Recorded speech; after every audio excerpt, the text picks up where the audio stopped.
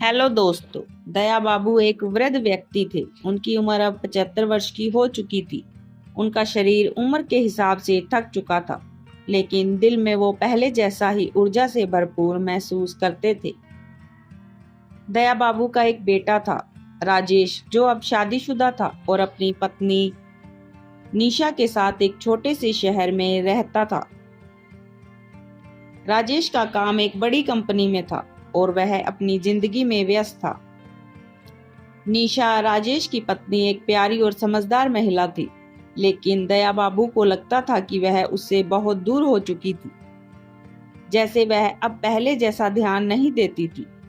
वृद्धावस्था के इस अकेलेपन को महसूस करते हुए दया बाबू अक्सर सोचते थे कि क्या उनके बेटे और बहू ने उन्हें अकेले छोड़ दिया है।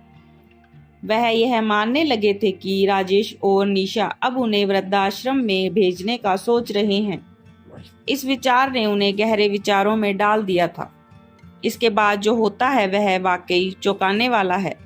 ऐसी ही दिल को छू देने वाली कहानियों के लिए हमारे चैनल को सब्सक्राइब जरूर करें।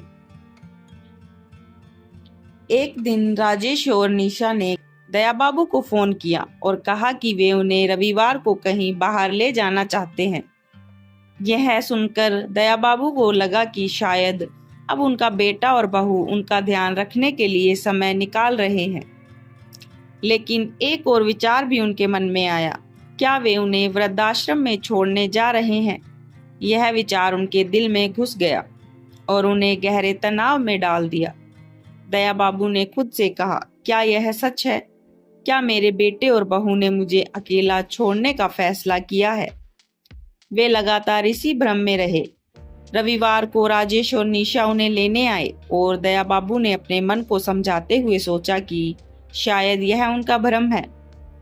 राजेश और निशा ने दया बाबू को कार में बिठाया और चल पड़े। रास्ते में दया बाबू चुप रहे, लेकिन उनका मन बहुत बेचैन था। उन्हें लग रहा था कि यात्रा का उद्देश्य वृद्धाश्रम में उन्हें छोड़ना है, लेकिन राजेश और निशा के चेहरे पर कोई चिंता का संकेत नहीं था और वह अपने बातों में व्यस्त थे। कुछ समय बाद कार एक सुंदर बगीचे में रुकी।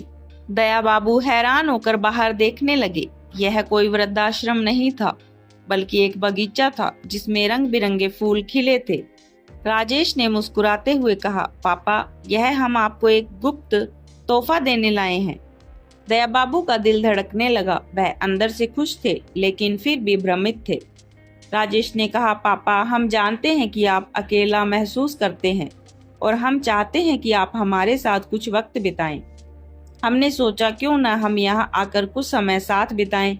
दया बाबू की आंखों में आंसू आ गए। उन्हें समझ में आया कि उनके बेटे और बहू ने उन्हें वृद्धाश्रम छोड़ने का नहीं, बल्कि उनके अकेलेपन को समझते हुए उन्हें खुशी देने का फैसला किया था। निशा ने उन्हें प्यार से गले लगाया और कहा, हम आपको कभी अकेला नहीं छोड़ेंगे। वह दिन दया बाबू के लिए एक नई शुरुआत थी। वह समझ गए थे कि उनके बेटे और बहू का प्यार उनके लिए कभी खत्म नहीं होगा। राजेश और निशा ने उन्हें यह एहसास दिलाया कि परिवार में प्यार और समर्थन कभी भी खत्म नहीं होता।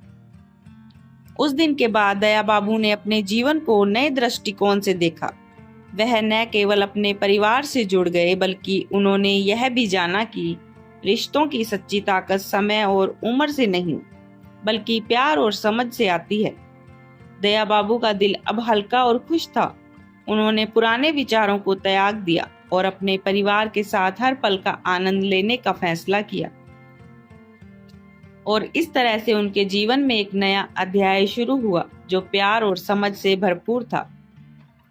यह कहानी हमें सिखाती है कि हम हमेशा अपने परिवार के साथ जुड़े रहें और रिश्तों को समझदारी से निभाएं।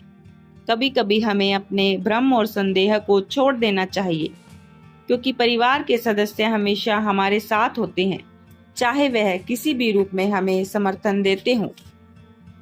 दोस्तों, कहानी अच्छी लगी हो तो वीडियो को लाइक करें, कमेंट करें और चैनल को सब्सक्राइब जरूर करें। धन्यवाद।